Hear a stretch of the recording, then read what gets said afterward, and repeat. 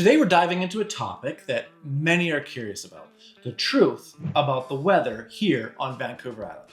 If you're considering a move, understanding the climate, what it's really like, is super important. So let's explore the topic of weather right here on the island, and we're going to focus our statistics, our chats, really on mid-island, central island. It will vary a little bit as you go south, not too much. If you do go to the top of the island, you will experience more extreme weather. So again, we're focusing really on stats from Nanaimo, and that'll take into account the middle and the south island as a whole. So let's begin by looking at the average highs and low temperatures in Nanaimo, which will give us a ballpark picture of what happens in mid-island for every single month of the year. So let's start in the winter and then roll through the different seasons. In November, our highs are around 9 degrees Celsius and the lows are still above freezing at really close to 2 degrees Celsius. So things are starting to cool off. That's what to expect in November. Typically, we're not freezing yet. Then rolling on into December, our highs are just over 6 degrees and our lows average at 0.2 below degrees Celsius. So we are dipping into those freezing temperatures, but there'll be days and weeks that'll be above that, and we'll have some just below it as well. So things will start to lightly freeze in December. January, we actually see things start to warm up on our highs at 6.9 degrees Celsius, but our lows remain the same at that 0.2 degrees below 0 Celsius. Then in February, we see things start to warm up. Typically, our highs are averaging around 8.5 degrees Celsius, and our lows, rather than being just below 0, now we're tickling just above 0 at 0.1 degrees Celsius above 0. So really there's those 3 months that on average, it'll be right around freezing, but again, it's not every single day. So that's our winter season at its worst statistically. We do get snow, but it typically doesn't last too long. Anecdotally, I don't have stats, I'm just saying from my experience, there's typically 1 to 2 snowstorms every single year. This last year we had one, just a single snowstorm, but it was a doozy. It was big, there was a lot of snow for here.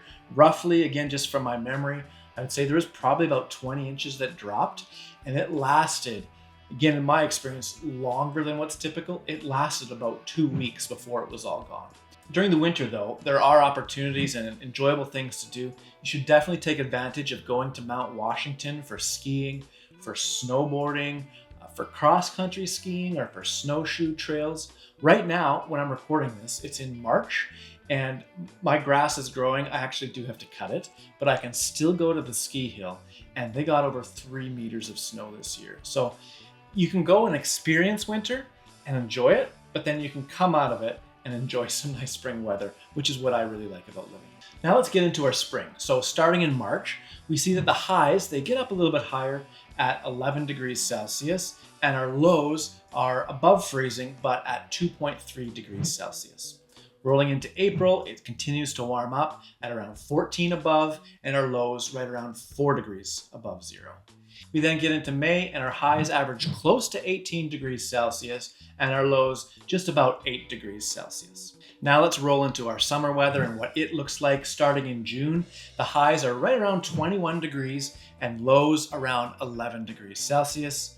July, our highs now peak at 24 degrees, just under 24 degrees Celsius, and our lows about 12 degrees. And then August, it's very similar with highs just above 24 degrees and lows right around that 12 degrees Celsius. We will get hot weather in the summer. We will hit 30-degree days, and we will get 40-degree days above 0. But that heat will not be the average. You'll get higher sustained heat on the mainland in many areas like Kamloops and Soyuz.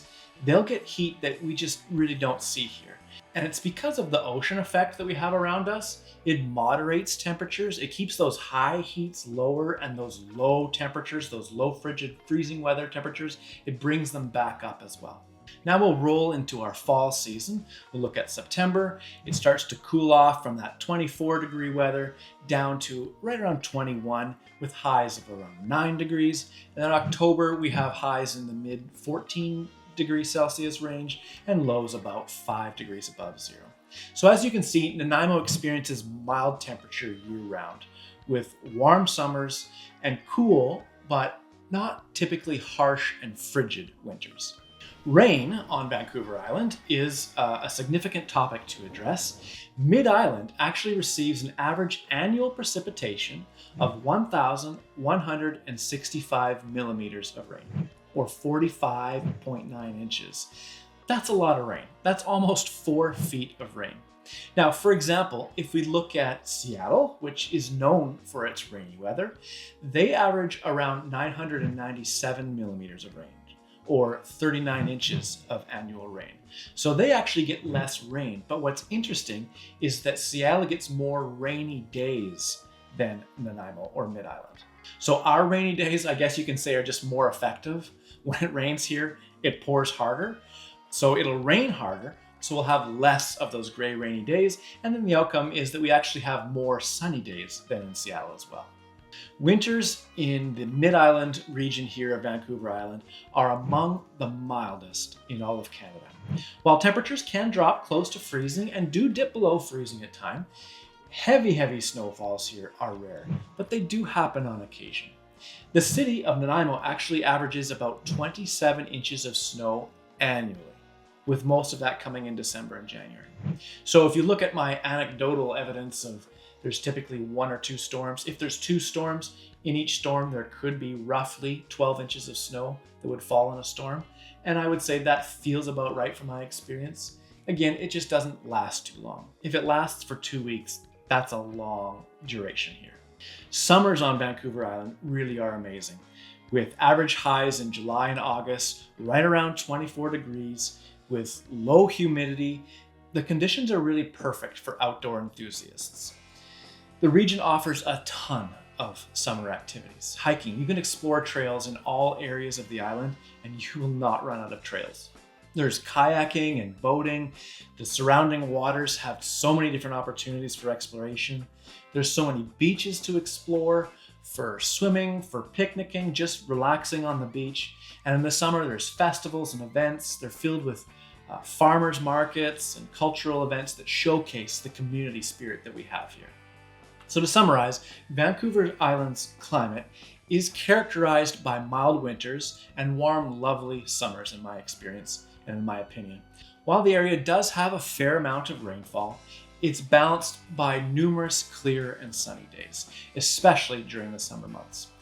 The climate here not only makes Vancouver Island a comfortable place to live, but it also gives you a lot of opportunities to enjoy a variety of outdoor activities really year-round. You're not trapped in your house during the winter months.